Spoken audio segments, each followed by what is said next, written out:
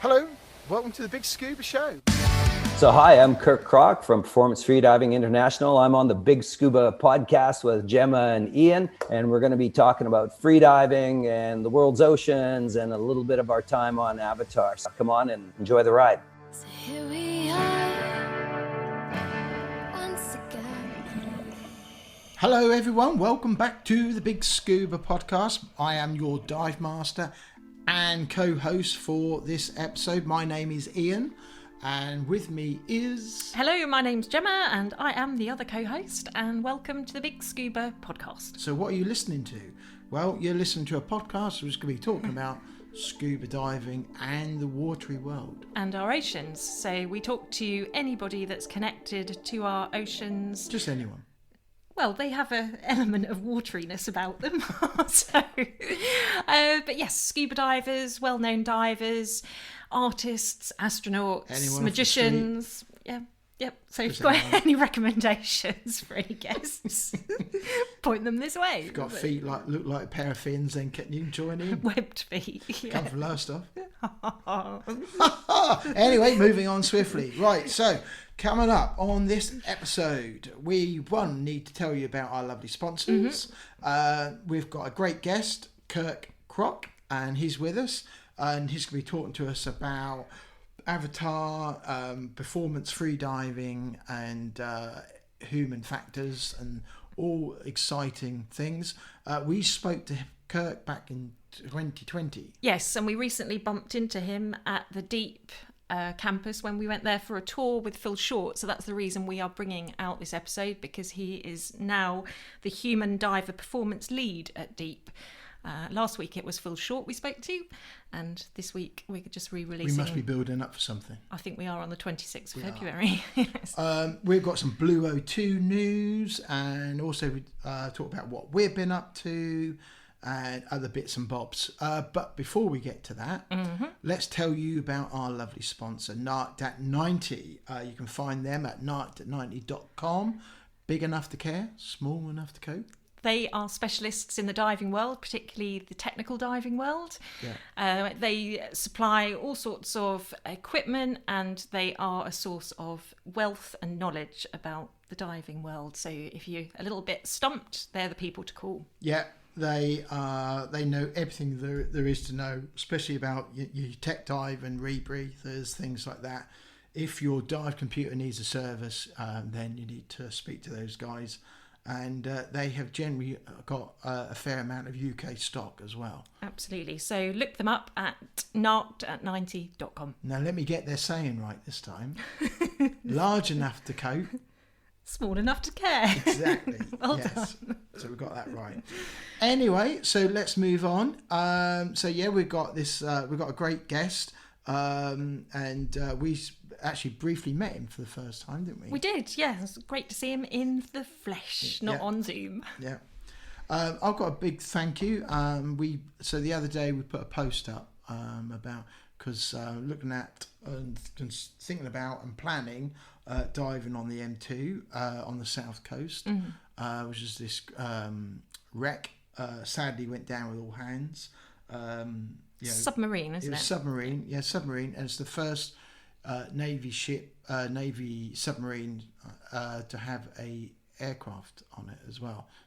Had a hangar all built into it, which is pretty cool on the top of it. Massive. Yeah, and that's what I think. From there's lots of debate about how it went down, and it certainly seems like something to do with the hangar door was left open, and they were anyway. It all went horribly wrong, and it now lays at the bottom of the sea, which is sad. And it's so at a it depth, is a war grave. Yeah, 20-30 metres? it's about 27, and then if you drop down the side, I think the deepest is 32 metres. So it's within.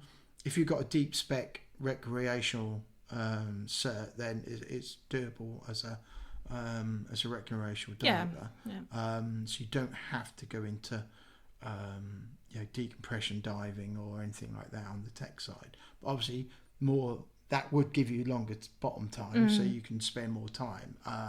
I'm not looking to doing that. I'm looking at doing that. I've got my deep cert and twin set. So I got a while back. Don't generally dive on twin sets. No, but this is never the had that. occasion.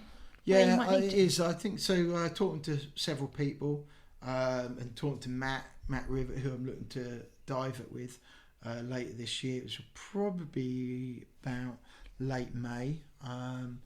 We're looking at doing it on. I should be on twin set. Matt dives with a kissery breather, so he's well catered for. But I shall be on twin set, probably on nitrox, so I get a bit more bottom time. And going to be doing some practice dives because I haven't been. Well, you've been the person I've been diving with for the last, and I haven't got a deep couple spec. of years, really, haven't we? And so I haven't been sort of on the 30 mark for some time. So we're going to do some practice dives on the twin sets. Running up at Stony, go visit the lovely Hydro Box a couple of times with Matt, see how that goes, and then you'd be a bit more prepared for. Well, I think I'd rather play it safe. Yes, I think absolutely. Rather than jump in the sea. Need to say North Sea, but it's not on the South Coast. Yeah. So I'd rather do that with a little bit more practice and my belt. Yeah. Which I know 30 odd metres isn't that deep compared to what a lot of people do, but it's still 30 metres. It is, and it's all practice, isn't it? Yeah, exactly. And so, being safe. So that's good. So that's our plan. So anyway, I want to say thank you very much. We had loads of comments, loads of DMs about it. Yeah, it's good to see. So thank you very much. Yeah, well, I think it's a popular rec, and a lot of people have done it, and it'd be hopefully be start of a few. Yes, it's try and explore really. Accessible, isn't it? Scapa Flow is quite a journey up north, whereas this is something a bit the more. South Coast for us is that's about 4 hours, so it's doable, so without having to take loads of time off work and planning things in with the kids and etc. So it's something you can do, get it done in a day, and then wander home. So it's definitely doable.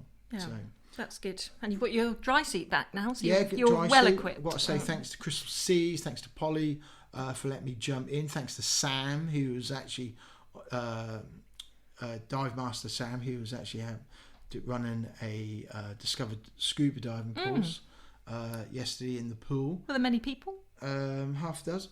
Oh, that's I good. think they're all people who he knew. So, but I thought I'd better ask him if he wouldn't mind zipping me in.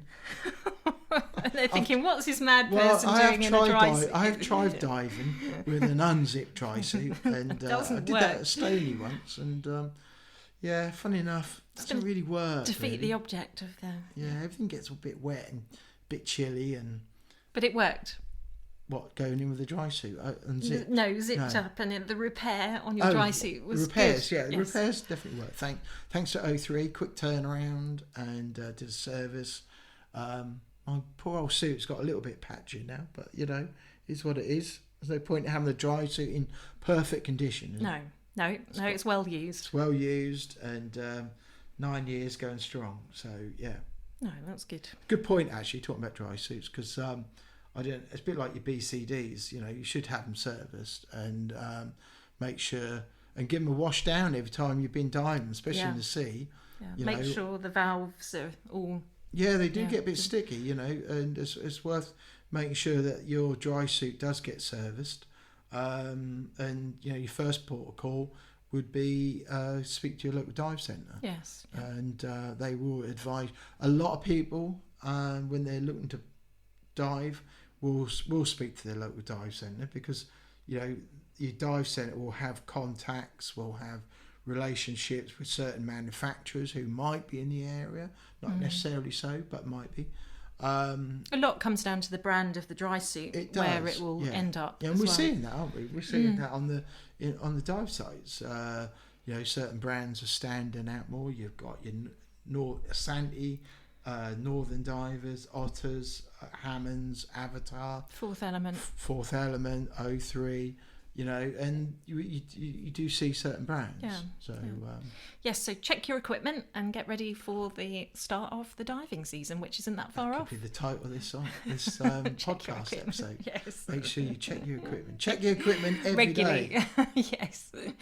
Yeah, and talking to kickstart the diving season off, we've got the Go Diving show that is happening the 2nd and 3rd of March. Yes. So look them up and book your tickets so you can Even go. bigger than last year. Every year it gets a bit bigger. Yeah, so it's running on the Saturday and Sunday, so you can go for a day or you can buy tickets for 2 days. And I like it because there's, you know, a big, strong, you know, Mark and Penny and the team all put a big emphasis on UK diving. Yeah, there's obviously, you know, people there from all around the world with different dive trips. And, Holiday companies. yeah, we spoke to Chris Mears last time, didn't we? You Yeah. know, and what he does.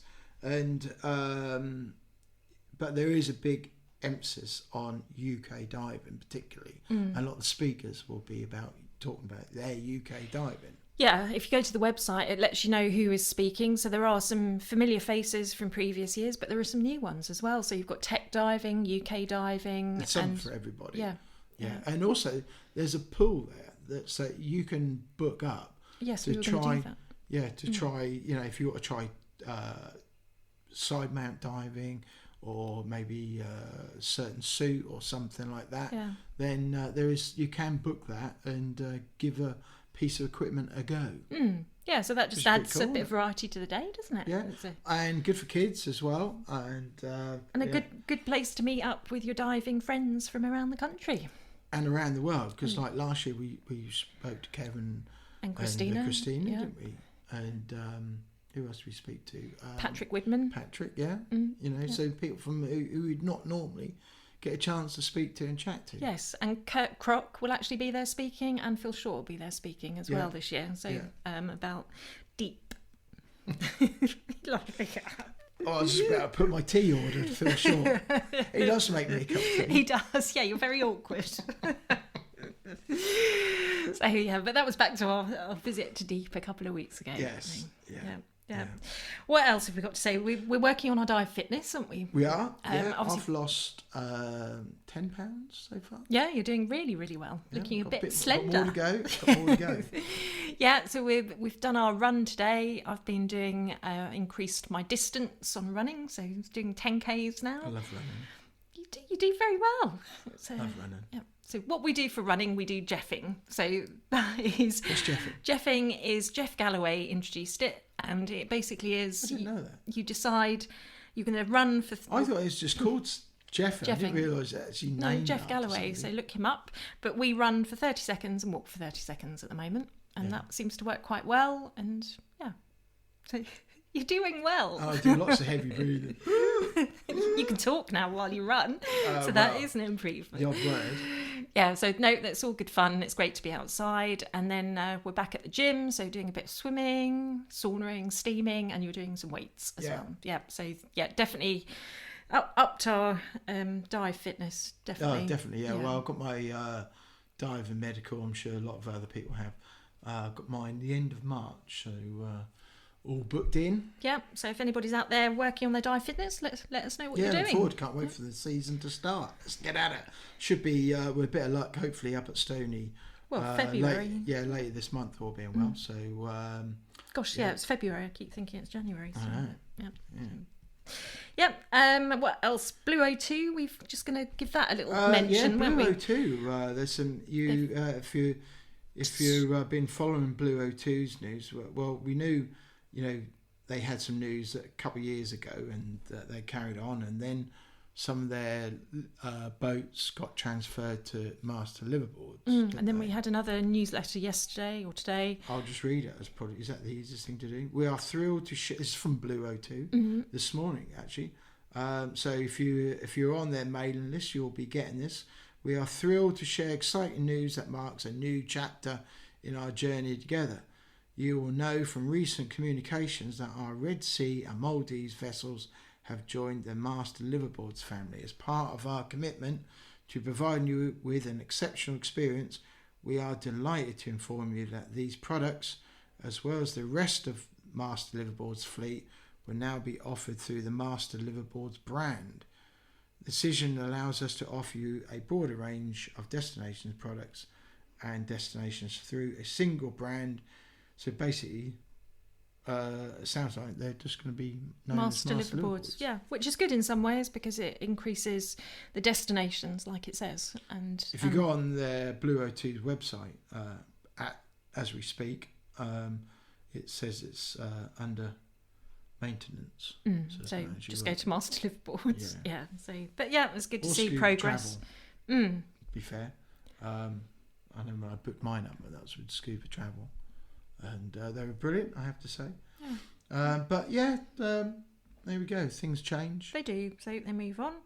And then we just want to say, have you checked out our social media this week? We have put some more products out there from Narked 90. They brought out a new tank holder, which is like, we had quite a lot of good feedback. We with did, that. yeah. And it's, it does Simple what it idea, says. Simple idea, yeah. Yeah, and then previously, over the previous few weeks, they've got a range of SMBs. So they've got... I have to say, now I've got a couple SMBs. I have to say, the build quality on these SMBs... Bulletproof. Yeah, absolutely. No word of a lie. And I totally will recommend these SMBs. The build quality on them is top. Yeah, they're 1.8 meters tall, so they're nice, visual. Big ones, yeah. You can get them in the usual colours, red. I quite like the stealth look. Well, red and black, yellow and black, pink and black, and then there's black and white. Yeah, I quite like that. Yeah, so it's it seems like there's no. All my dive kit is black. So I kind of like the black and white. But we did a test out on the water, and And black it does stand out, actually. It does stand out. So for all the people out there thinking, no, I won't see it, you will see it, definitely. It probably wouldn't stand out as well at night. No. But then the white writing. So it's... But you could put glow sticks in. Yeah. But check them out. They're all available and in stock. When we hoisted them aloft on the water, and that was it was windy as anything, wasn't it? But it was a dull day, and that black did stand out.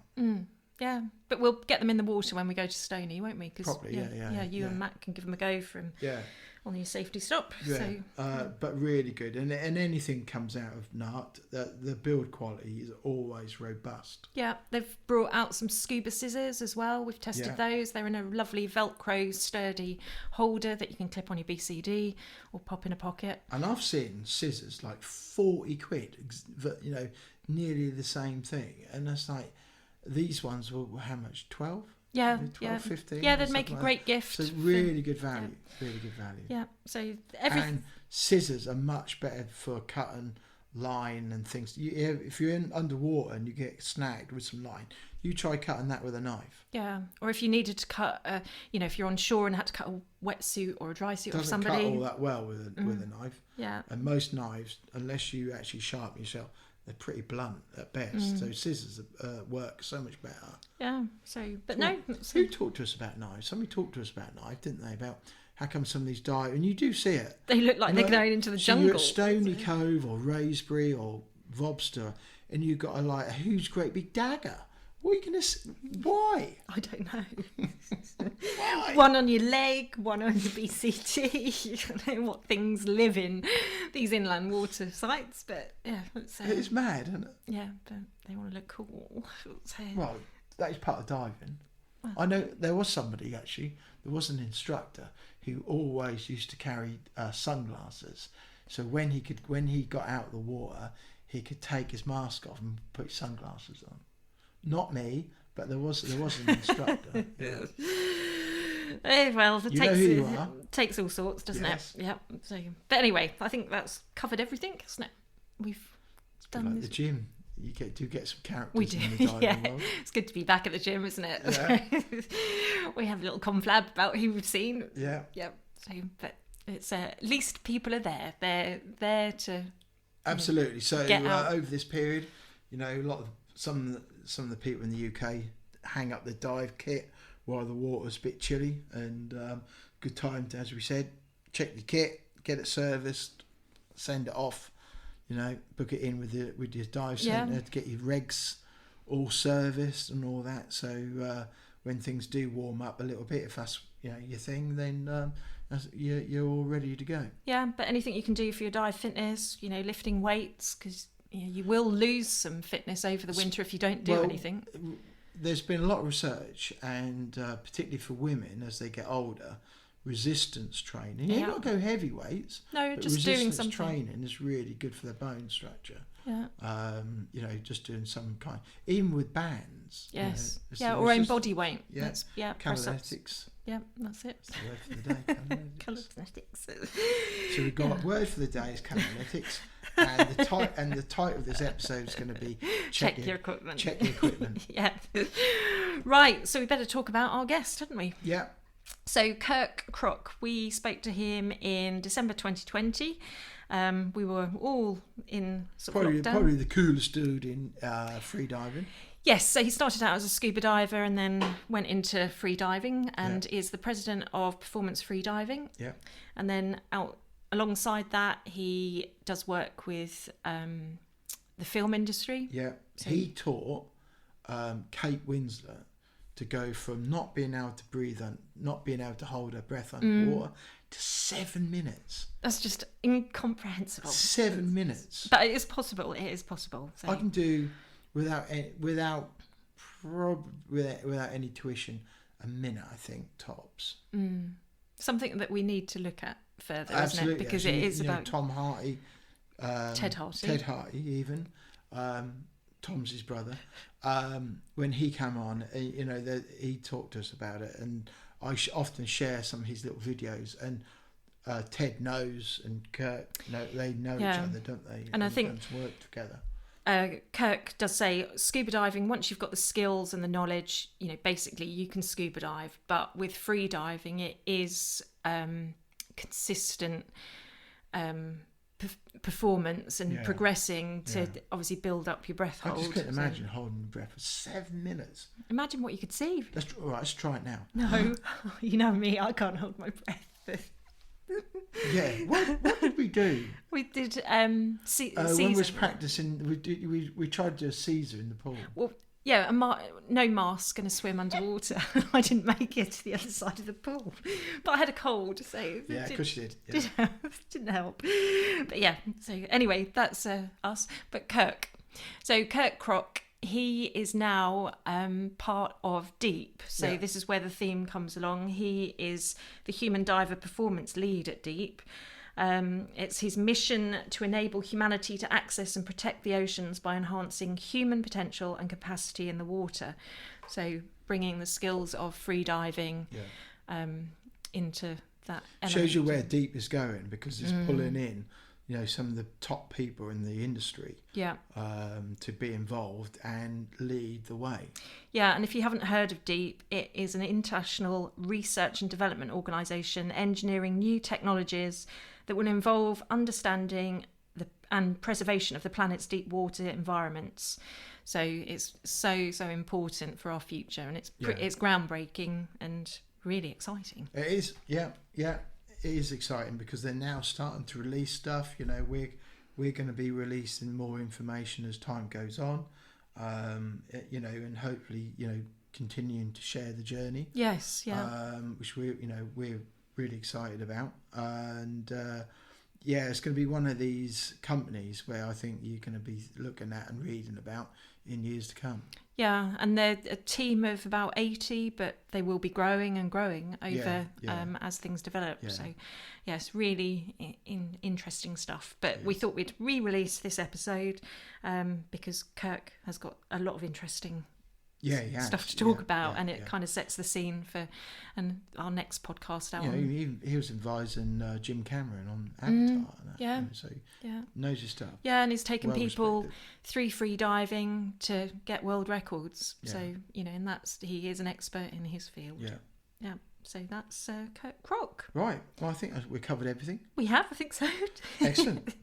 And as always, any comments, any messages, any questions, drop them on a DM using our social media or on an email. It's all in the show notes. Yeah, we are regularly, you'll find us either on Instagram, Facebook, Facebook groups, LinkedIn, Twitter, YouTube.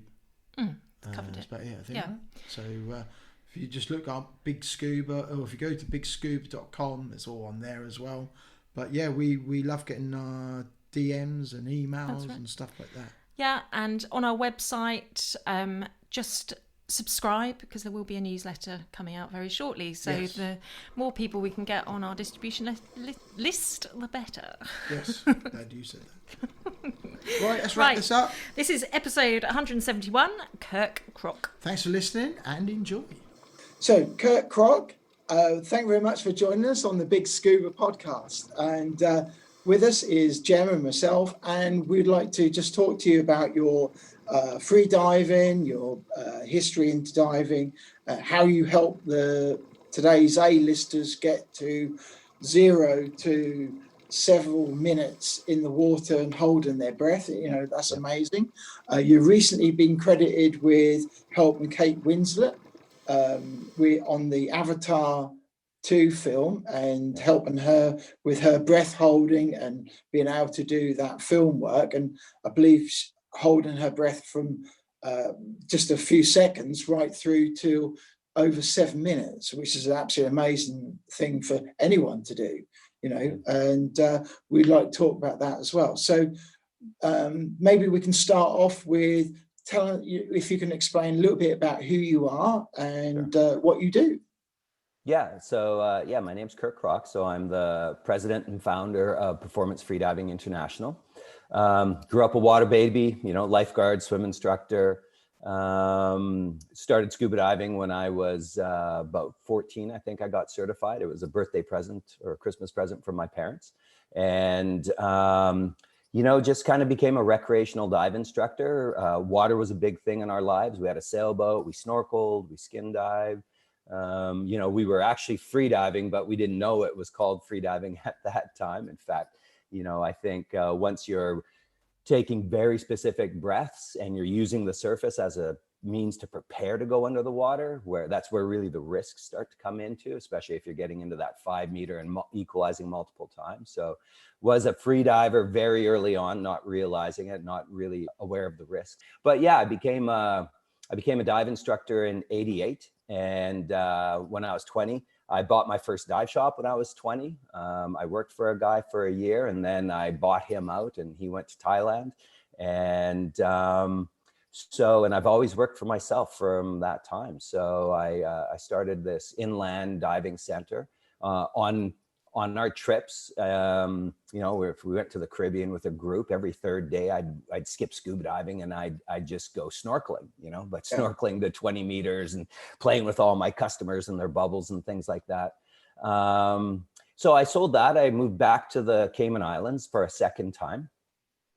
In that time, I had actually got into technical diving. So this would have been in the early 90s. I became a nitrox instructor and then a technical nitrox instructor and then a trimix and instructor trainer and all of that stuff. So by mid 90s, I was into mixed gas, trimix, instructor trainer, all that sort of thing. I had started a dive shop in the Cayman Islands called Dive Tech.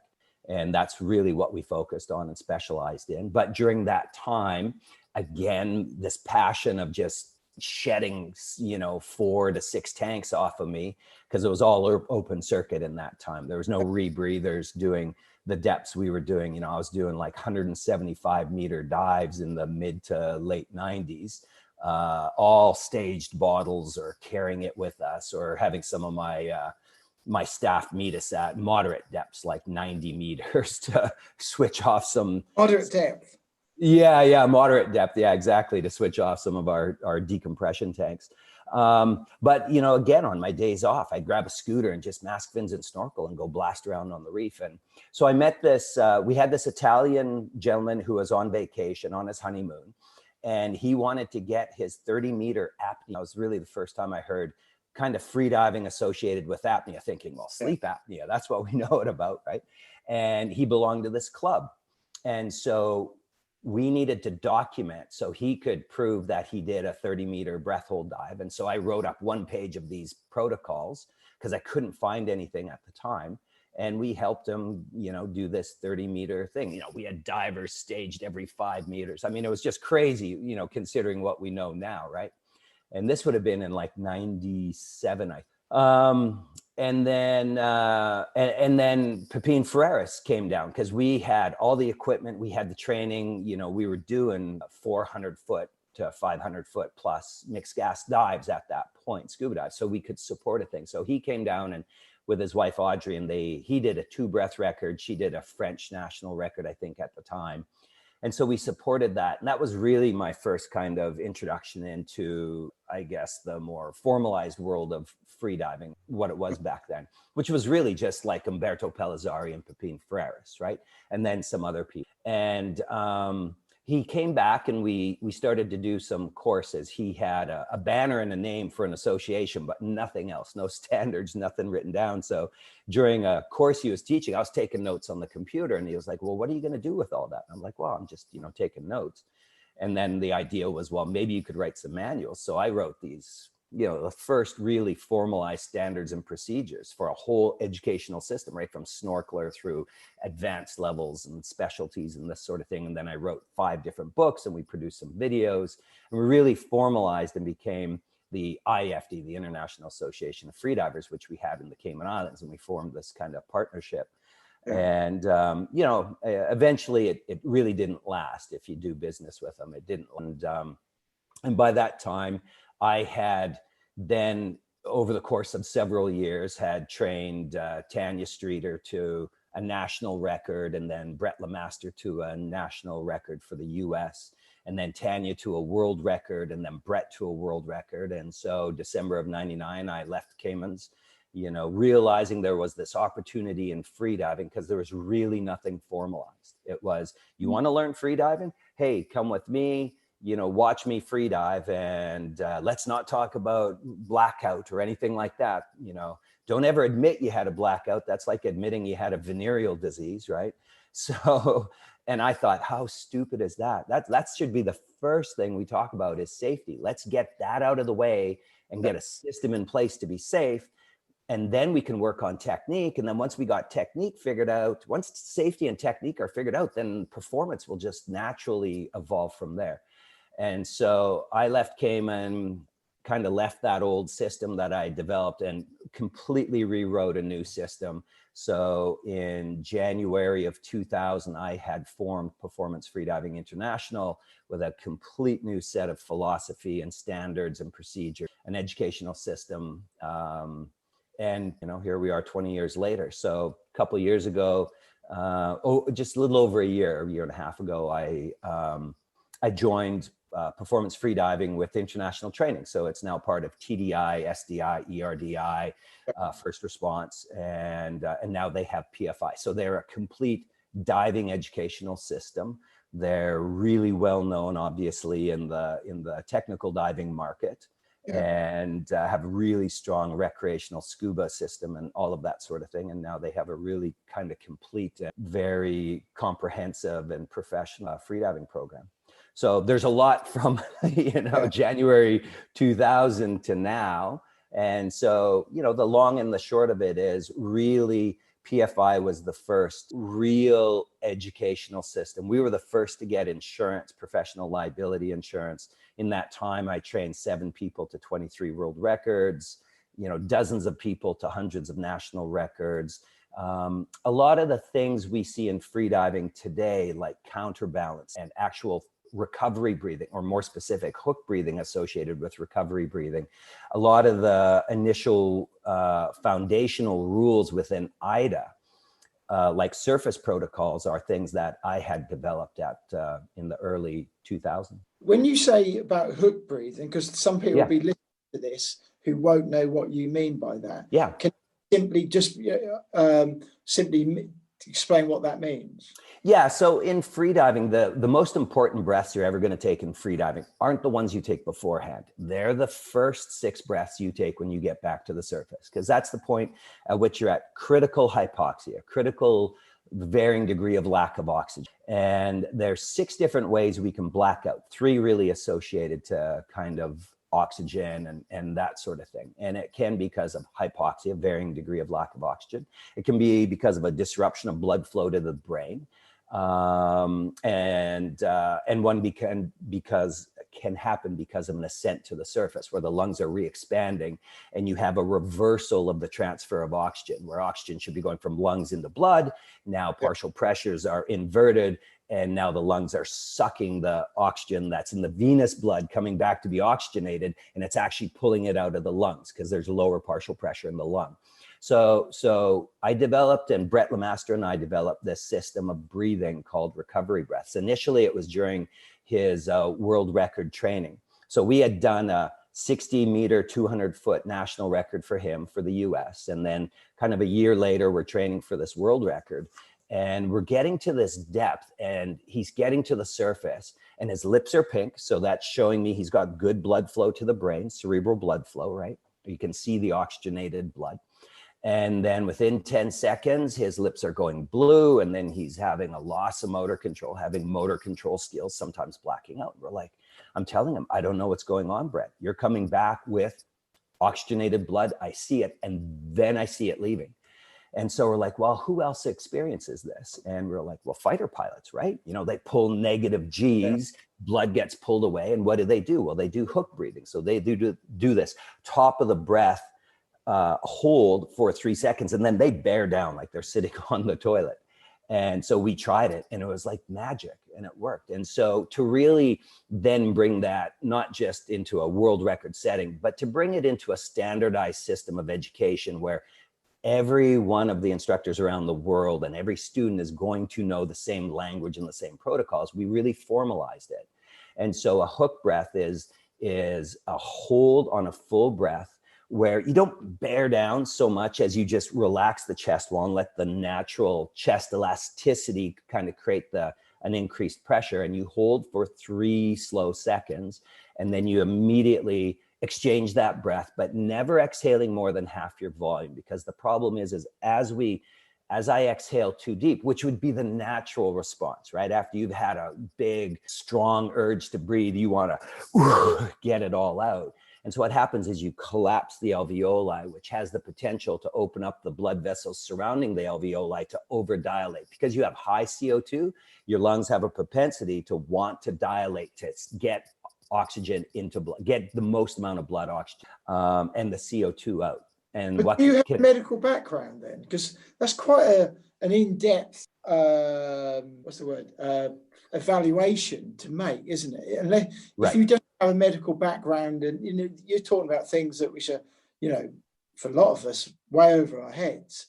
And sure, so unless you've got a medical background, how do you get to understand all that and know what's going on? Because how did you suddenly go, well, how do we know that the jet pilots are having this as well? It's quite a big comparison. Right. Well, I don't have a medical background. I don't have a formalized medical training. I'm a wilderness EMT and combat medical technician, and things like that. But no, for me, it was simply, I looked at what I knew from diving physics and physiology. Yeah. And then I had to then relook at all of that stuff from a different focus. So in technical diving and scuba diving, it's really about partial pressures when we come down to it.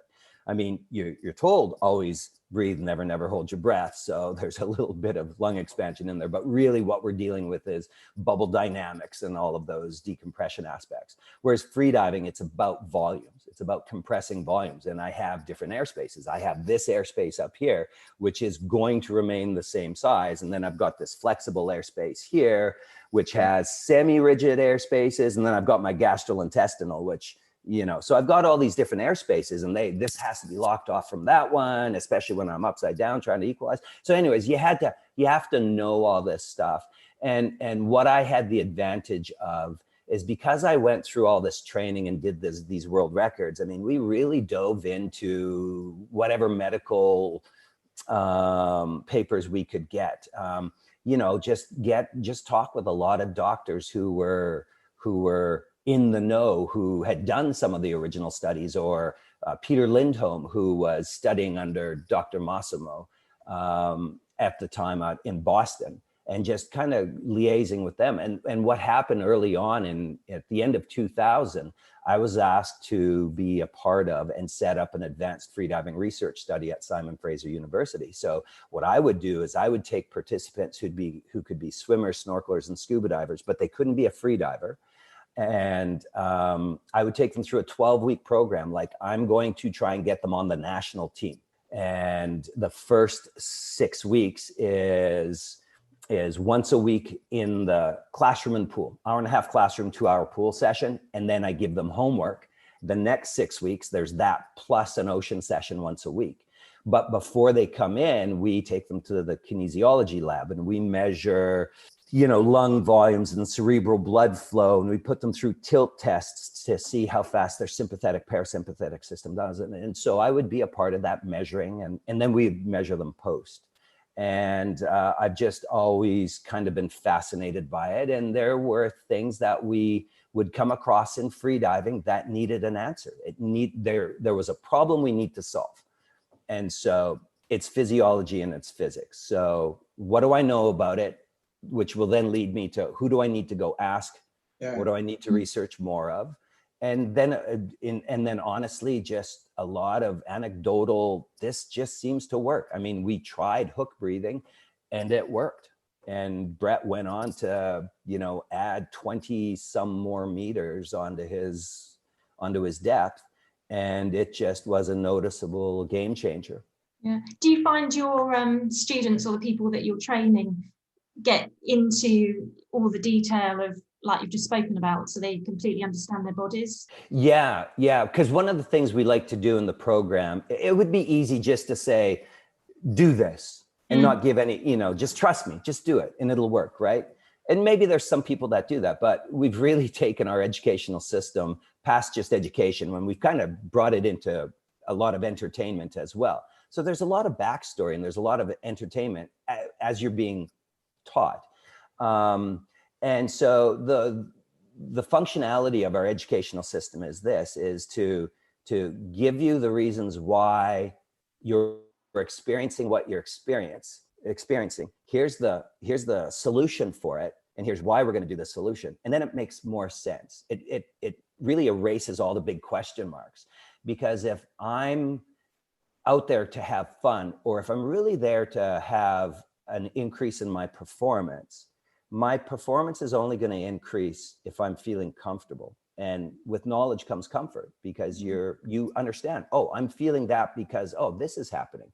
My lung volume has compressed beyond my total or my residual volume, and my diaphragm's being stretched, and that's firing off stretch receptors, and it's giving me an urge to breathe, but it's not real urge to breathe because it has nothing to do with oxygen and carbon dioxide. And, so it answers all of those questions while you're on it. And that makes you more comfortable. And when you're more comfortable, you're more relaxed, because again, free diving is about volumes compressing, right? And if you're tensed and your chest wall is super tight, you're not going to be relaxed and compressible. So that's why we do take it into a higher level of education, so that you can really know what's going on. And then what's been a real game changer with PFI joining with international training is now we have a pre-learning program. So we have an online learning system where, you go through the videos and the pictures and you answer the quizzes, and now you get to come to class and we don't have to teach you what an atmosphere of pressure is or why your lung volume is compressing at these different rates. You've got that basic information. Now we can really dive into the stories that help form a complete image as it's going to relate to you in your diving. And not spend time in class teaching you what an atmosphere is, right? Mm-hmm. So yeah, we've really made a game changer in our overall system of education, and we're very proud of it. So do you see it still progressing so that you can get better at breath holds or getting more depth? Yeah, so our system of education starts right with snorkeler, goes to a free diver level, training someone in the 20-meter zone. And then we have an intermediate level. Actually, I'm showing these up, but really they're getting deeper, aren't they, right? So then there's the intermediate level, which is like to a maximum of 40 meters. You don't have to do 40 meters, but that's the max we go to. There's, that's a 25-meter program to know the knowledge and prove the ability to get the card. And then we have an advanced level program, which is 60 meters. And then something that I've been pioneering and developing is something called technical free diving. that we've been using a lot. And now that's the introduction of oxygenated mixtures, which for some free divers is controversial. And some it's just like, to them, free diving should be butt naked, no equipment at all, no swimsuit, no nothing, that to them, that's the purest form of free diving. And I'm like, listen, whatever the tool, whatever right tool for the job is. Now I'm a purist as far as, just going out and loving the reef and enjoying it. But there's times when I'm filming, doing documentary work or movies, or, we did a technical scooter freediving trip to Truck Lagoon where we were on wrecks at 65 meters doing 6 minutes, 15-second breath hold times, not all at depth, but the total run time. Yeah. And being able to shorten our surface intervals by upwards of 40% to get more of these dives in, using scooters and using 2 mixes on the surface as decompression or preload mixes to then go and do. So, there's a lot of things that free diving can be more than just go look at pretty fish on a reef or harvest something or competitively go up and down a line.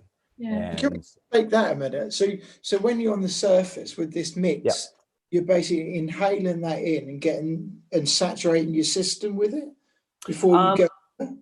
Yeah, so the basics of technical freediving is using an oxygenated mixture for a number of advantages. So reduce decompression stress, right? Because we can get bent freediving, and I have been bent freediving neurologically and done chamber treatments for neurological hits. So we do have one lung full of air and 79% of it's oxygen, and our ascent and descent rates are fast. So we're working on fast tissues. So those are the tissues being affected, which tend to be more neurological.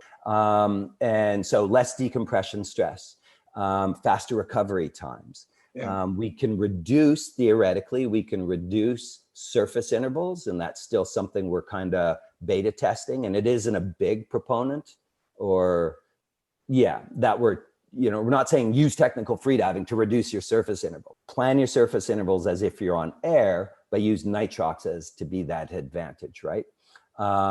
When we were the first people to employ technical freediving for our safety freedivers. So I run a competition called Deja Blue almost every May, except in these new times we're in now, right?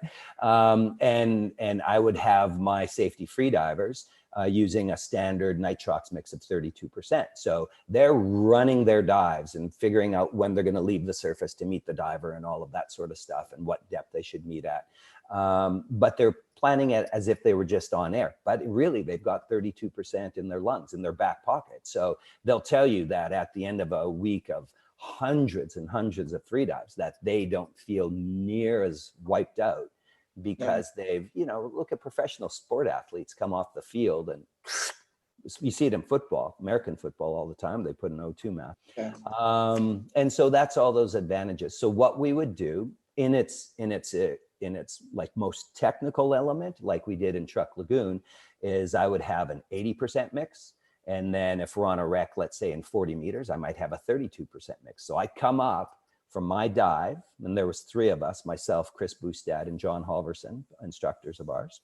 Chris is now the subject matter expert at PFI with ITI.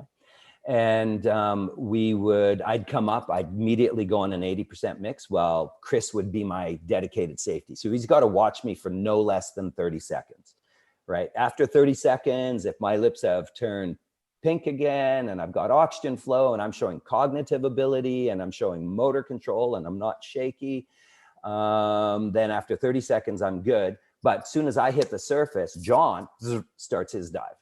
And we just get into this rotation. So then at some point, I've been on my 80% mix. I'm calculating for my depth and time I just did, what my surface interval should be. Then I'm taking a calculation because I'm using 80%. Now I'm going to knock off some of my surface time. So once I get to that time, then I go for my 80% and I go to my 32% mix. But I confirm, and we do a switch. So it's confirmed with my buddy that I've done a gas switch, because the last thing I want to do is forget that I'm still on 80 and head down to 40 meters, right? Which would be a bad thing. So for maybe the audience members who aren't nitrox certified, oxygen under partial pressures that are high enough can be toxic to your centrals and causing convulsions at the worst case. So I confirm that I've made this switch to a low mix. And then when my time comes up and the other guys are back on the surface and I can go, I start my dive again. And we just do this waltz between mixes and safety, and going from diver to safety to on deck, breathing up to go again. And then you've got, dive extra piranha scooter, and there's no work to get down, right? There's no work to get back up. You got to be careful on your ascent rates on the way to the surface. So we gear down in the last portions to go nice and slow, because ascent rates, especially with a scooter, can be too Those last few meters are important, aren't they? Yeah, absolutely. Absolutely. So that would be kind of technical freediving at its, in some ways at its most technical or most fun and adventurous, but it has a high degree of risk. And so there's an educational system to it, and there's protocols and procedures, and there's knowledge you need to know to really go out and have fun and do it safely and use it for the right tool for the job. So on Avatar, we've been using technical freediving protocols. Before I started going to New Zealand, we logged over 250,000 breath hold dives. Wow. Using technical freediving, incident free. Yeah, that's brilliant. And that's a good record, very clean record. Yeah. So how do you approach, I know you just mentioned Avatar, and we'll get to Avatar, Sure. but how do you approach, so when you get called in to help and advise on certain films and shows, you've helped David Blaine, you've helped Tom Cruise. How do you, when these people are complete, maybe novices, how do you then approach them? And because you haven't got the time to go through the courses, how do you approach that? Do you approach them any differently? Well, I do actually have the time to go through the courses. So I take them through, I do take them through a course. Yeah. So yeah, Tom and I were 2.5 months. Wow. Training and learning. Not every day, sometimes once a week for half an hour if I was lucky. But that's why they bring me in for that amount of time, because here's the thing about freediving, right? As opposed to scuba diving. Let's say you were the same person and I could just put a USB in you and download all the theoretical knowledge and you would know it like that, right? And we could go into the pool. I could show you as a scuba diver, here's how you get your reg. You practice it once, you'll always have it. You don't need to do it again. There's no reason why in one day you couldn't be doing 100-meter trimix, right? I mean, your ability to retain and repeat knowledge was at a flow state.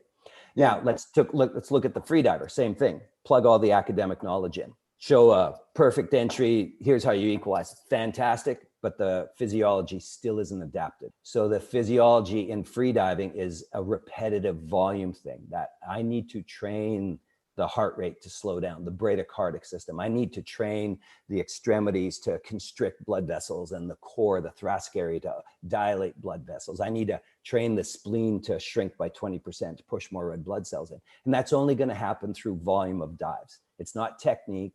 Technique does help a bit when you're trying to equalize. There's certain things we know technique-wise that we didn't know 10, 15 years ago that have been game changers. But really, it's now about the adaptation, that process of the body. So what we're really good at with our educational system is knowing the modifications and manipulations of the physiology to induce certain adaptive responses and changes in your physiology, other than you just being a healthy individual. Do you find they need to be kind of peak fitness to kind of take this all on board? No. So if we're talking about a regular course and just regular customers, we have them all shapes and sizes, genders and races and abilities and non-abilities. We actually even we're the first to develop an adaptive freediving program for people with learning, cognitive, physical disabilities. So everyone should be able to enjoy the underwater world in some form and fashion, right? Which was really the reason why we developed an adaptive. But do you have to be the perfect physical specimen? I mean, you could be Michael Phelps, right? I mean, just lungs with a heart hanging off and shoulders. But if you're afraid of the ocean, and you never want to get into the ocean because you're a pool person, it doesn't matter how your peak physical shape is. If your psychology isn't there, It doesn't matter. So really what we want is a person who's healthy. First off, you have to be healthy because it is a marine environment, it's a diving environment. There's cardiovascular stressors and things, just imagine as soon as you're in the water, your lung, your blood pressure and your blood distribution changes and all of these things that we know through immersion diuresis, the P reflex. So you have to be just a healthy person. Then from there, we can all change and adapt because genetically, we are born of the ocean. I mean, for millions of years, we've been evolving out of the ocean. So if you've ever heard of the idea that ontogeny recapitulates phylogeny, so that means from conception to when you're born. Think about that every day, You mimic evolution, right? There's a point where in that development in fetal, that you have gills. Yeah. And some people still have them, and they're called nubules under the skin, right? So we're born of the oceans, and our body has this ability to adapt to an extreme environment. And that extreme environment for us is the hypoxia or the hypercapnia, right? The change of those two gases.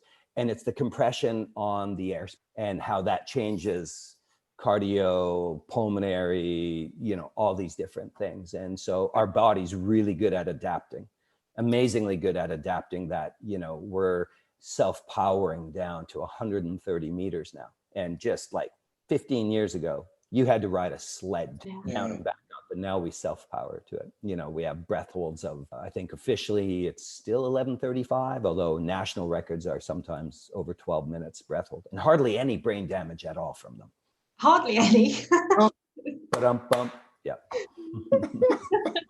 There was a famous study, I don't know, I think it was in this country, where they tested brand new babies just born in water, and they found that they were absolutely at home in the water.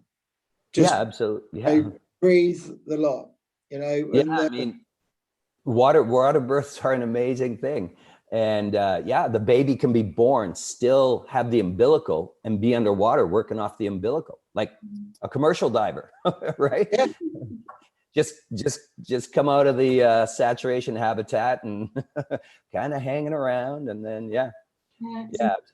Yeah, it's a very natural form. I mean, we are originally a water animal. That's how we would have been born at some point. Yeah. And when you think about that, and we treat the ocean so badly. Oh, we're horrible with it. Yeah, it's like the lifeblood of the planet. We're just like throwing all this crap into it. I mean, there's a number of things. And if you read part of my history, we were part of the Cove. We helped uncover the slaughter of dolphins in Japan, and I was part of racing. And those led me to have a really larger appreciation for the environmental impacts and things that were going. And, besides global climate change, maybe the bigger thing is the biodiversity tragedy that we are undergoing, that we're losing species faster than some of the mass extinctions that happened, millions of years ago. These are all climate change and biodiversity are game changers. And the ocean, it's 73% of our planet. And we know more sometimes about the other planets than we do about the bottom of our ocean. And it's unreal, isn't it? But don't you think it's good? Didn't you like that? Because I like that. I like that, the fact there's still mysteries on our planet. Absolutely, right? It's funny because my dad always says, when he was a kid growing up reading books, there was deepest, darkest jungles of Africa that we still hadn't really explored. The local indigenous population explored them, but it wasn't the rest of the world. It was still a mystery. And now we know everything about land. We've been everywhere, which is the problem, isn't it? Because we're going into areas that were not ever reached by people before, and now we're, bringing those diseases out with us. Ebola, COVID, more than likely. And so, and now the oceans. I mean, when you think that 70% of the world's protein comes from the ocean, and that we say we harvest the ocean, but that usually implies you put back in, right? And we're not. We're just raping and pillaging it. And it's the tragedy of the commons, because there's in international waters, I got to get mine before everyone else gets theirs. Today's episode is sponsored by Narked at 90, so let's find out a bit more about them. Narked at 90, their tagline has been beyond technical, which describes them pretty well. John Routley and Brent Hudson launched the company over 20 years ago. They are both technical divers who have logged thousands of mixed gas dives between them over a 30-year period. Using their engineering know-how and diving expertise, have developed bespoke, personal, commercial and military diving equipment and products of a universally recognised, unparalleled calibre. Their ability to be adaptive and versatile with their developments led them to support the NHS during COVID. Using their superior knowledge of breathing and oxygen monitoring systems to help develop emergency ventilators. They also design and supply the sneaky stuff used by defence-based development groups throughout the Western world, although they can't tell us much about that. If you're thinking of moving across to tech diving or completely new to diving, Narked at 90 can advise and guide on the best equipment and setup for your personal or commercial requirements. Narked at 90 have unparalleled experience of shearwater dive computers and are the longest serving and sole and UK European service centre for those. They are happy to offer technical support, servicing, repairs and upgrades to all shearwater computers, past and present. Narked at 90 stock shearwater computers, but are also stockists and technical support centre for many other manufacturers, including Divesoft, JJCCR, Hollis, Revo and Kiss rebreathers. Based centrally in the UK, Narked at 90 also offer full rebreather head servicing for selected manufacturers. Bespoke cable assemblies. Advice on specific fitting requirements. Suggestions and guidance for home builds. Computer laser cutting and engraving. Pressure testing to simulate 400-metre dives. So, Narked at 90, a reputation built on supporting both manufacturers and divers worldwide. Go to narkedat90.com and make sure you are following their social media to keep up to date with their latest news and offers. Narked at 90, large enough to cope, small enough to care. So let's talk Avatar 2. All Okay, right. you've been a player on that with helping this guest, and I was watching a small clip from Stephen Colbert, and he had Kate Winslet on, who credited you for helping her get from just a few seconds right through to holding the breath. I think it was 7 minutes 14 or something like that. It was over 7 Yeah, minutes. I forget the exact. I tend not to remember the specific numbers. But I tell you, that's a brilliant thing for somebody to be able to do that. And you know, it's not natural for any of us being underwater. And we had a go 8 months ago on this podcast of doing a bit of filming underwater, just in our local pool, and how difficult that was. It was unreal, you know. And I just can't imagine how difficult that was and how she got over that. So can you talk us through how you approached that, and you know what was involved, and a little bit about? Are you able to tell us a little bit? Well, there's a lot of non-disclosure. There's like that thick of non-disclosure agreements that I've had to sign. So I can give you some generalities and some things that I've already, you know, that James Cameron and John Landau have kind of put out that are public knowledge out there. So first off, we've been shooting 2 and 3.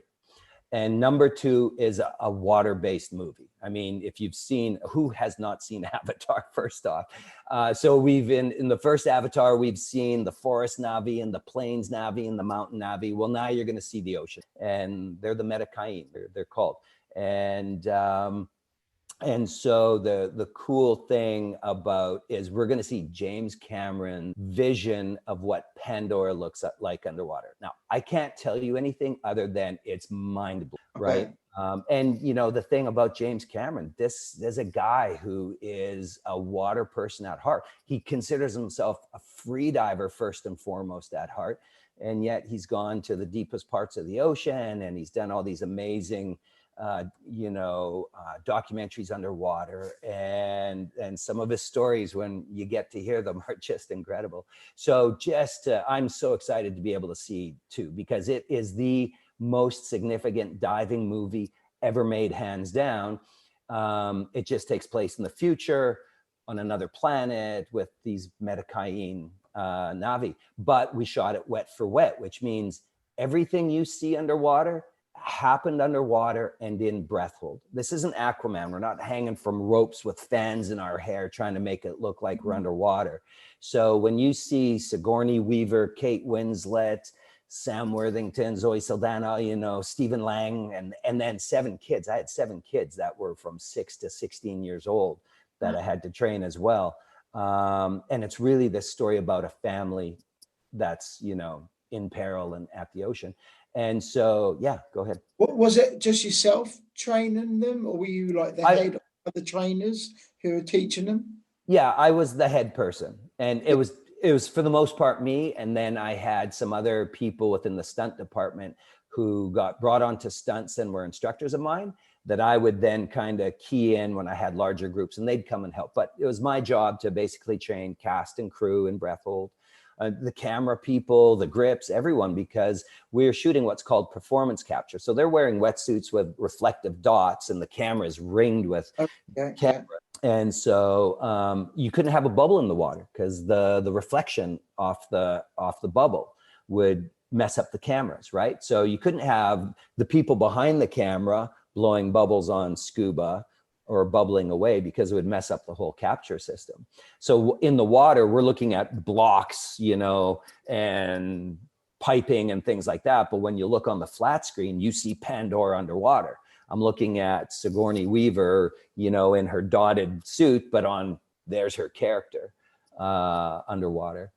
So yeah, it's just absolutely amazing. And so they did it. So, you know, what Avatar did was they are living in the real physics of the world. So Avatar is in our reality, right? It's just in our future. And so all the real world physics and science apply here. So the thing that James Cameron is, and this is what just is going to blow us all away about this, is the real physics had to apply. That when you saw someone swimming, it wasn't some computer guy's idea of what a breaststroke would look like. You know, like if you look at animation and you watch a character walking, as best as they try, you still, like if you could tell, there's subtleties that you just know. So everything we did was underwater, all that breaststroking and, you know, all the diving and all that sort of thing. So you're going to look at it, the quality and resolution and just the textures and everything they brought it to. And then the real swimming, you're just going to feel like every diver in the water, in the audience, is going to wet them. They're just going to get it. And then the audience who's the non-divers will look at it and still get it because it's in the real physics of the real world. That we did it. So yeah, I mean, we had this time where Sigourney was doing this scene, and a really active scene. Like she's not just kneeling on the bottom and, you know, holding her breath. She is working hard for over 2.5 minutes on this scene underwater. And so what Avatar did, just to get back to my point a little bit ago, was that they were really good in saying, okay, here's the cast. They need to be water people. So what do we need to do, Kirk? And, you know, it was what was supposed to be a 2-month gig for me is now going on over 3.5 years. And so just training them. And some of them were supposed to be like really like born and live in the water for the most part. You know, that's their thing. And so I had to take them to like a very developed level. And then other people were just supposed to be their first times in water. So I had to give them skill, but I couldn't have them too polished and looking good. But my job was to make sure that the breath hold aspect of it could be in the background. It's like driving a car. The first time you're driving a car, you're aware of where your hands are and your foot's on the accelerator and you're aware of everything. And now we can drive a car, we can text and drink a coffee at the same time, right? You don't even think about driving. So that was the whole idea with what I had to do on Avatar, was the breath hold and the protocols of how we prepare and breathe and that language and all the skills and all of that stuff. That just had to be background, so that their first foremost job was being able to act and get into the scene and the character. So That takes, knowledge. So I take them through the PFI programs, intermediate level programs, and then we would do stuff in our purpose-built. We really were lucky. We got to go to Hawaii at one point and have an in-water animals and corals and the ocean and get a little bit more depth in. And so, yeah, they have spared no expense to make this the most immersive, realistic, living in this world interpretation of what Jim looks at Pandora, and that story arc will be for a water movie. Oscar of the actresses and actors of the film, because you've got the pressure of acting, you've got the pressure of being committed to, and you then got to learn these new underwater skills, which probably some people are probably took to really well. Some of them needed probably be more hand holding, or hand holding, I should say. And it must, in their minds, I can just imagine, just trying to put myself in their place, how hard that must have been, because they must be thinking, blimey, am I going to be able to do this and going to get through it? That must be really largely out of the principal cast, some of them were okay, well, that was fun, I've got what I need to get my job done, right? And then others were like, Sigourney was just, we could not get enough training time in, she loved it. I was supposed to be getting out of the water on my lunch break, but that's the only time Sigourney could train. So, over my lunch break, we would train in the tank. She just, and she was so great at it. And then Kate loved it as well. And but it's interesting. So some of the kids, Bailey, in the beginning, she was like, she got cast and she was like, okay, are we done yet? Has our session finished yet? And then there was this one time when we were training and she was under the water and we had gauges for them and she was doing her thing and she looked at her gauge and she didn't realize how long she was under there. And then she kind of came to the surface and, everything's safe, safety protocols and recovery breathing and all that. And I said, okay, we got to start finishing up. And she was like, oh, do we have to get out yet? And I was like, yes. There was the transformational change from this is okay, but to then she just could not get enough of it as well. Good that it ignited that fire. What's that? Sorry? Good that it ignited that fire. Yeah, absolutely. So no, it was really good, and all the cast just really embraced it and had fun and did amazing with it, and some of them are just really love the skills and the learning progress or progression for it, and then it just helped them get into this character, and you will see that on screen. You will see a water person because they became a water person. And so that now they're in their character as that water person. The film would be much better for it as well. They're actually 100%. Doing it properly, not just all CGI, where you never look quite as good. And I think from, I can't remember who we were talking to, Gemma, but somebody else was talking to us about Avatar and about James Cameron wanted to use this film to sort of really highlight some of the issues of what's going on with our oceans and how we're treating it and pollution and bring all these things to bear, really. And there's using Hollywood to sort of really bring it right up to world's attention. First and foremost, it's just going to be an amazing ride, an adventure and entertainment, and we're going to be blown away. But there are these subtle lessons that we get to learn that parallel what we're going through right now, because again, it's our world, it's just into the future, so it's kind of a look at what our future could be like. So do you think it will increase the interest in free diving and scuba diving? It could be like a game changer for the industry as well, couldn't it? You're 100% right. It will absolutely be a game changer. It will hopefully spark a whole new generation of divers. Kids who are just like, I want to do that. And so just at the DEMA trade show when I started performance freediving 20 years ago, I'd been going to the DEMA show and saying, listen, freediving is the game changer for the diving industry. Because the diving industry, you know, hasn't changed that much in some ways. I mean, technical diving was the game changer, right? But I've always said that freediving is to scuba what snowboarding was to skiing. It was the thing that revitalized the ski industry. And you're seeing that now when you look at the demographic of freedivers, and the participation in it is massive, massive. And there will be the after knock-on effects of freedivers like, I'm getting older. I really love freediving, but let's give this scuba thing a try. Because I really love being in the water. Yeah.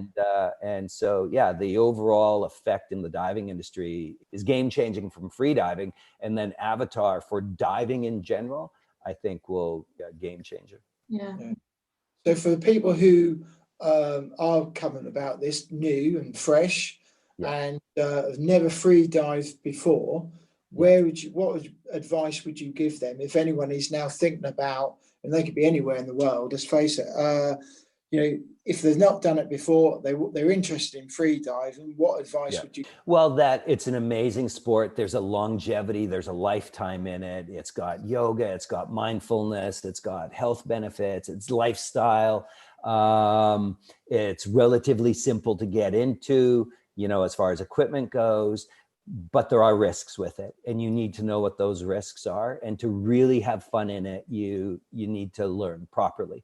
And so find a instructor from a reputable agency and take a course, and it will be so worth the investment just to really understand the full potential that you have within it, and how to enjoy it. And then you get to find that local community.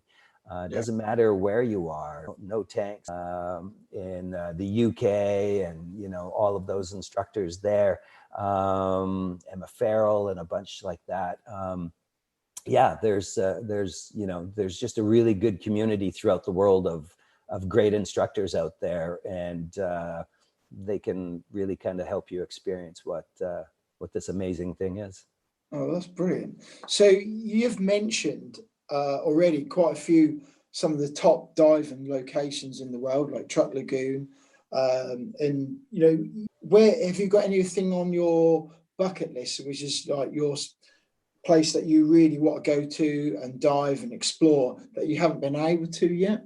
That's a really good question, because I mean, in 20 years I've been to a lot of places, but Antarctica, I gotta go free dive Antarctica at some point, right? Get my 30 mil wetsuit on. No. I had an instructor, Jesse Liu, who was there. I'd love to do that. Bikini Atoll. I'd love to free dive Bikini, just like Truck, a technical scooter free dive that area. There's just so much to see and do. I mean, I've been really fortunate and dove, throughout the whole of the Pacific and the Caribbean, and been down to Brazil and taught in Norway and the UK, Middle East and stuff like that. Wakatobi resort in Indonesia just blew me away with the corals and the life there. It's like the rest of the world was 50 years ago. So it kind of all depends on the style of freediving and what I'm doing. It depends on where I want to go, right? Yeah. So where have you dived in the UK? I've done the set tank. So the submarine escape tower that was in Plymouth. Yeah. Oh, I've never actually been in the waters. So I've dove the UK, but I've dove in a 30-meter deep pool, which unfortunately I don't think anyone gets to dive anymore. I think it was around 2002 or 3. Howard Jones of Diver Magazine brought me in, or Free Diver Magazine brought me in, and I did a little half-day clinic for the UK team at the time. Yeah, no, that's good. So when you've been underwater, have you had any kind of marine animal experiences, or have you got any marine animal you'd like to see that haven't? So when we were filming The Cove, we were in the Bahamas, and we were trying to get this experience with dolphins. And so we were cruising along, and a couple of dolphins. So we were being pulled behind a boat, right? And we're breath holding. We're just kind of coming up and going down and cruising along. And all of a sudden these 4 dolphins come up and they're right beside us. And so I had a camera and I was filming Mandy at the time. And so I said, let's jump off. So we let go of the boat. And right away, 2 dolphins took off. And these other 2 were just hanging around. And eventually this one dolphin stayed, but it had found a piece of plastic in the water. And it was bringing it up to Mandy. And it was like showing it to her and playing with it. Like, oh, look, I can have it on my nose. And oh, I've got it on my fin. And, you know, it interacted. Actually, let me back up. We were cruising along and it went belly up to her right close. And so it took off again and was swimming around. And then it went belly up like that. And Mandy didn't touch it, but she put her hand out like that and it moved onto Mandy's hand. It was at that point that it initiated the interaction, right? So we didn't touch it, it moved onto us. So at that point we said, let's jump off. So then we jumped off and we had this 45-minute interaction that brought Mandy and I to tears when we got out of the water later, because it was this interaction of this animal on its terms that it wanted with us, and it wasn't us chasing it. And it was, and the sad thing about it was, here it is, this toy, and it's this human garbage. You know, it's this piece of plastic that's choking our oceans, and it's playing with it like a toy. You know, and you can't help but anthropomorphize that. It's like saying, oh, look at my toy. You want it back? So yeah, that was pretty amazing. And then, you know, some of the more tragic stuff we've seen is 73 dolphins get slaughtered in Taiji, Japan, because they kind of consider them a pest. And then, you know, we've had mantas and orcas locally, and I mean, giant Pacific octopus and just humpbacks. And I filmed blue whales. I mean, I could have poked a blue whale in the eyeball, and the eyeball's this big, and it's just like looking at, oh yeah. I mean, you know, the heart's like the size of a Volkswagen Beetle, and I'm on scooter, like, you know, filming it, going as fast as I can, and it's not even moving. It's not even doing anything. And it's, you know, it's all I can do to keep up with the thing. And, you know, I'm right beside, and it's looking me up and down quizzically, like, what you doing? Actually, I had this really good experience with a mother calf in Tonga shooting for racing extinction. And we had a 3D camera, and it was overheating. So every once in a while I'd have to give it out of the water, and I take a little Scuba Canon 5D with a fisheye, and I'm down at like 10 meters, and I've got this mother calf. So the mother's there and the calf's underneath, because they're buoyant. So the calf goes under mom's chin, and mom holds it down there, and they're hanging out. And, you know, I'm about 15 meters away, and I'm slowly moving in, and I'm framing from the back, and I'm moving in. I'm thinking, oh, this composition is amazing. And, oh, I've got this. This is so good. This is so good. And all of a sudden I heard, whoa, and I looked up, and there was mom's eye. Like, I could have poked her in the eye. And I slowly swam back, and, you know, and basically there I am moving in on her the whole time. And eventually she says, excuse me, you know, do you mind? Slowly swim back. Sorry, mom, you know. And then the calf, it was almost white, like completely white. So it was like within a week of being old. And I'd never meant to get that close. I just, you know, forgot I was on a fisheye lens.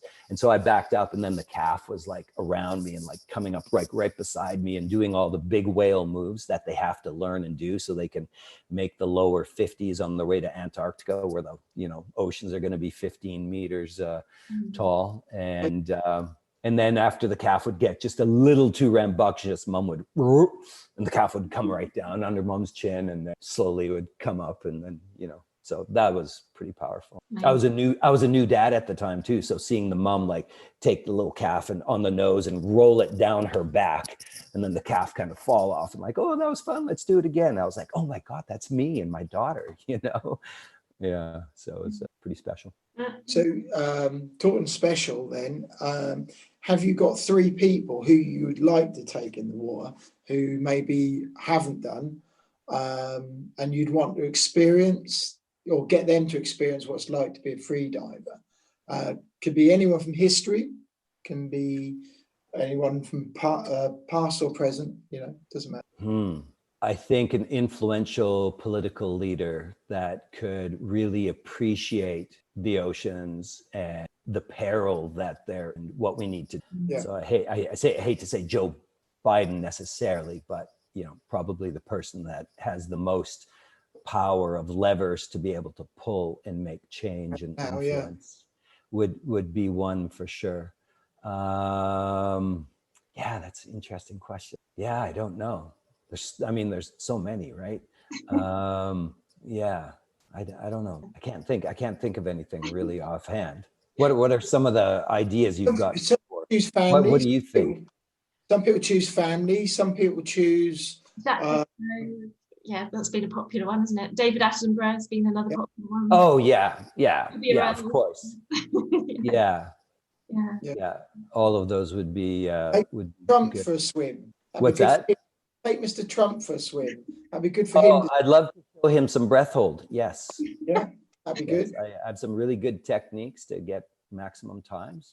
Just gentle pressure on the back of the. No, it's not a political show, but I think it'd be good for him to see. Yeah. No, absolutely. Again, it's those.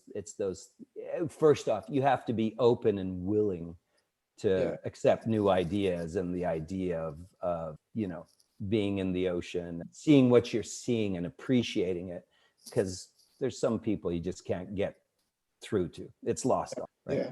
Might be a waste of an opportunity. Exactly. Yeah.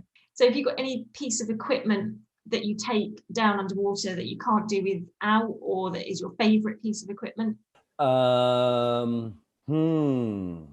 I have a very specific neck weight. So in free diving, we have weight belts, but we also have neck weights because it's about trim and balance. And so I've got this one that's really kind of designed for me and fits perfect and is just the exact amount of weight How that heavy I is it? need.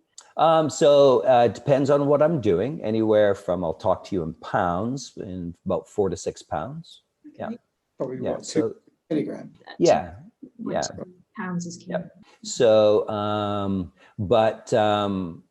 Oceaner makes me a wetsuit that's custom to my body. And so the first thing I tell a person, they want to get into free diving right away. They're like the long blade fins, because that's iconic in free diving. And then there's low volume masks. But the thing I tell them is, listen, get yourself a good wetsuit. Like a surf suit is not going to cut it. A scuba suit's not going to cut it. Get yourself a good free dive suit, attached hood, Yamamoto, stretchy materials, because it is that thing that it's going to keep you warm, because your first shiver you get, your resting oxygen consumption goes up 500%. You're not doing anything, but every muscle fiber in your body is trying to generate heat, right? And oxygen, every molecule of oxygen is important to us. And then flexibility. I've got to be able to take that biggest breath in. Now, just floating at the collarbone, my lung volume's already reduced. I only have 70% of my lung volume. Now you want to wrap rubber on me, 3 to 7 millimeters of it. So I want to have that open cell material and a really 3-way flex nylon outer portion to it. And I want a specific cut in a free dive suit because I'm really hands over my head a lot. So there's all these things in a free dive suit that I tell people, first thing, get yourself a really good wetsuit. It's going to help you breathe, and it's going to keep you warm, and you're not going to be restricted in your flexibility that a scuba suit with a zipper and all that stuff. With your experience, do you ever get called in for advice for companies when they are looking at new wetsuits and they're thinking, right, we want to bring a new wetsuit out. We want to look at the technology involved in wetsuits to keep people warm and safe when they're doing these dives. Do you ever get involved? Do you ever get called in to help? Oceaner is a good example, right? They didn't have a free dive suit, and it was me going to them saying, you guys need a free dive suit. And so we collaborated on, this is the material, this is the cut, this is what we need. And now they are the de facto, one of the de facto, especially in the competitive world, because they offer like custom screening. So everyone gets their custom colors and their custom screens on their suits. So they're willing to do that, right? But yeah, so I do a lot of little different consultations on computers and fins and all this sort of stuff. I haven't over the last while because, Avatar is a 5 to 6 day a week job in my wetsuit, 12 to 16 hours a day. sometimes not getting out of the water. So don't eat asparagus at lunch because you're in your wetsuit for the next 8 hours without a break. You know what I mean? So yeah, that's been all consuming. So really with PFI, I'm so lucky that ITI became a partner in it, because it really allowed me to hand it off to a real customer service oriented company that kind of handle it while I was being all consumed on Avatar. So, but I am finding myself with some months of time here. So if any companies out there want a consultation, I'm willing. So what do you like to, after you had a really good dive, what do you like to sit down and relax to and have a, do you like curry? Is there a certain meal that you like? What's the after dive meal or drink that you like? I like to rehydrate with very specific sports drinks. For example, like pale ales are really good. Okay. Guinness, yeah, that's a good recovery drink, I find. They were sports recovery drinks. No, not that. Do they know?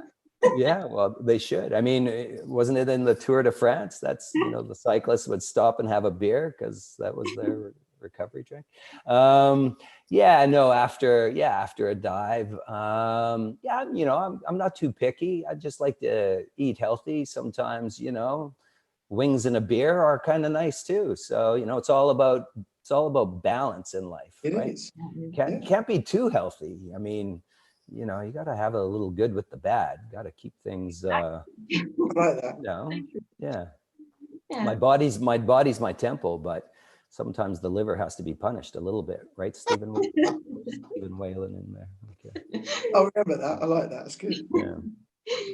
So if you had a billboard that you could hold up underwater or out of the water, and you could put something on it to all the billions around the world, what would you put on it? It could be a statement, a picture.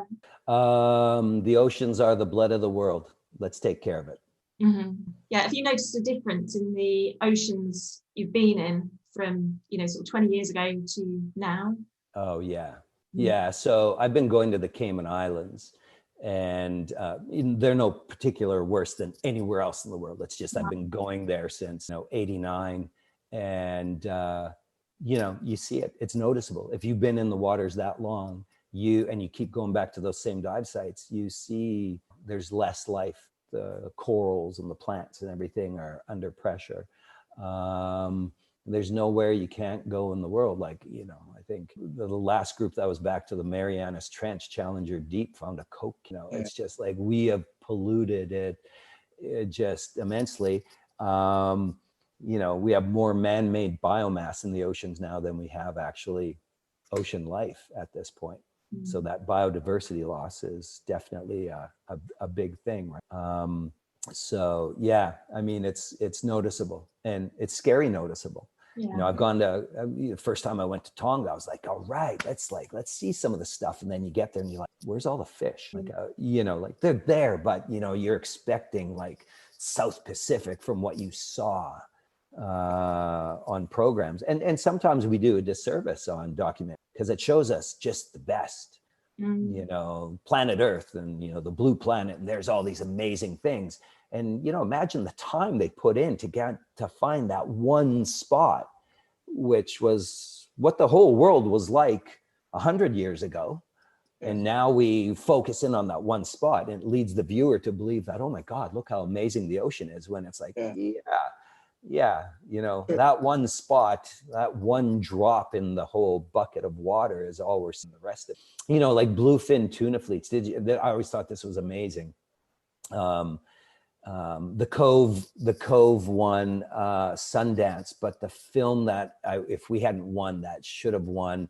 It was based on a UK author, The End of the Line, about overfishing, right? Over exploitation of the oceans. And they're talking about bluefin tuna fleet nets, that they're so big, they could fit 13 747s. And now imagine 30 boats all lined up, remote sensing, being able to see where the biggest mass of the tuna are. And these 30 boats, each able to have all those 747s just come in and like scoop it all up. So yeah, we've won the war on nature. and harvesting. Like fish do not have a chance, No, especially when it comes down to the tragedy of the commons and we're in the big oceans and pirate fishing and all of those sorts of things. And like I say, you know, 70% of the world's population's main source of protein is on oceans. And we are at risk of middle century having a collapse of commercial fish globally. I mean, we might be going to war over protein. So yeah, I hate to like bring a downer, but you know, that is the state of our oceans. Well, that's reality, isn't it? You know, you can't just talk about all the niceties and things like that, and just ignore all the other stuff as well. It all has to be discussed. So it's no that at all.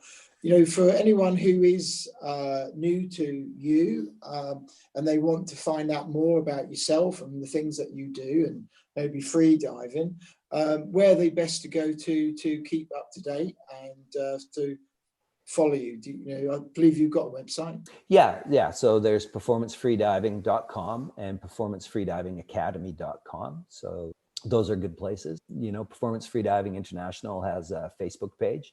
I also have a Facebook page, so I'm somewhat selective on that. I just don't open it up to, just because you have water in your picture doesn't mean I'm friending you. So, yeah, I mean, that's how people can keep up with kind of what I'm doing. Yeah, I'm kind of in the dark for the past 3.5 years because I've been hiding in a tank in a soundstage for Avatar. So yeah, people might think, oh, where did Kirk go, right? But I'm still freediving. I'm freediving more than I've ever freedove in my life. I mean, yeah, one day, Chris Dennison and I, one of the stunt divers, we logged in over 3.5 hours of breath hold underwater on one day on Avatar. So, you know, in a 12-hour day, like a quarter of our day was spent holding our breath. To give you an idea of some of the stuff we're pulling on Avatar at this point. So it's a lot of fun, but you know, at the end of the day, you're like, damn, no wonder I'm feeling taxed. So have you got any questions for us at all? Yeah, I mean, so how long have you guys been doing this? The podcast we started in February. Okay. Yeah. That's excellent. Yeah, I like that. And so what's your favorite type of diving? Well, you don't have to say free diving. I'm okay with that. Just, I want you to be honest. What's your favorite type of diving? I'm a new diver. I've only logged 18 dives. So because of the way this year has been, it's been to get in the water. But hearing about free diving, I'd love to try it to support the scuba side as well, because obviously it's very new and you know, it's great cross training for scuba for sure. Yeah, so that's me. Yeah. And I'm the same. I think if I was totally honest, I love scuba diving. I haven't done much on the free diving at all, apart from a bit of snorkeling, really. Yeah. And it'd be really good to, and some of the photos you see, some of the photos people take when they're free diving, just absolutely amazing. To have a chance to take something that's half decent free diving would be really great, and learn some of the basics and the techniques would be awesome, you know. So that's definitely on the list for next year, really. Gotcha. I have one more question. So it's the post-COVID world and you've won a vacation for 2 weeks, all paid. Where are you going? Ooh. All right. Oh, I think mine would be the Bahamas. I was thinking Bahamas. Yeah. Bahamas are good. Yeah, absolutely. Yeah. Around there somewhere, I think would be really good. Yeah. Nothing like sitting with a cocktail on the beach after, right? Yeah, I think that'd be... obviously to experience some clear water, clear blue water, because we're only used to, well, I've done the North Sea. It's all right.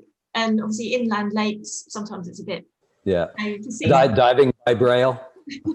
And over the course of this, we've had, you know, several conversations with Christina Sonato, and one of the things we always said we wanted to do at some stage is go and experience a shark dive with her. Yeah. You know, and that'd be one of the things that we'd definitely like to do.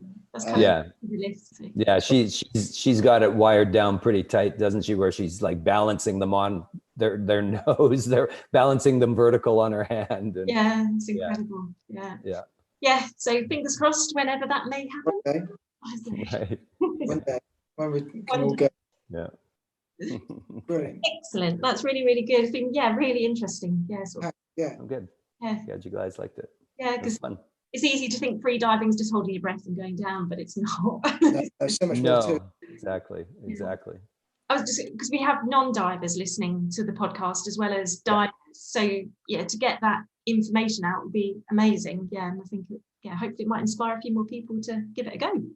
Yeah, that's good. And I like thanks that. for explaining the details as well, earlier on, because, a lot of the times, it's easy to forget about the physiology and the details, and, Right. those get forgotten about because people just see all the glossy photos and Right. forget about actually all the training and Yeah. actually what's actually involved in it, how to Yeah. actually get there. So thank you very much for explaining that. So Yeah, thank you. you're welcome. That was fun, you guys. Yeah, it's been a good way to sort of get information out there in times when Yeah. we physically meet people and Yeah. Well, it's funny because when I left a couple of days before I was going to leave, I just got back from New Zealand, right? From working on Avatar. And a couple of days before I was leaving, I was like, damn, I'm going back to COVID. I'm going back to keep your distance. And I just had this overwhelming urge to go up and hug everyone, going up to the lighting guy, which I barely know. Hey man, been great working with you. Oh, bring it in. Just like, you just forget how much we need that connection, the simple physical handshake or that hug, right? If I could, I'd give you guys a hug because that's a very Canadian thing to do. Yeah. Good back. Thank you very much for your time. All right, guys. Yeah. I enjoyed it. It was a lot of fun. Thank you very much. Okay. So we'll be in touch and let you know when it's coming out. Sounds great. Great. Have a good Christmas, won't you? All right. Thanks very much. Thank you very care. much. Bye. Bye. Now that does wrap up today's episode of the Big Scuba podcast. But if you want to hear more from the podcast, make sure you hit that subscribe or follow button depending on what platform you are listening on. That way you will never miss an episode from us. But if you are listening on Apple Podcasts and did enjoy what you heard today, we would really appreciate it if you head to the show page to leave a 5-star rating and review.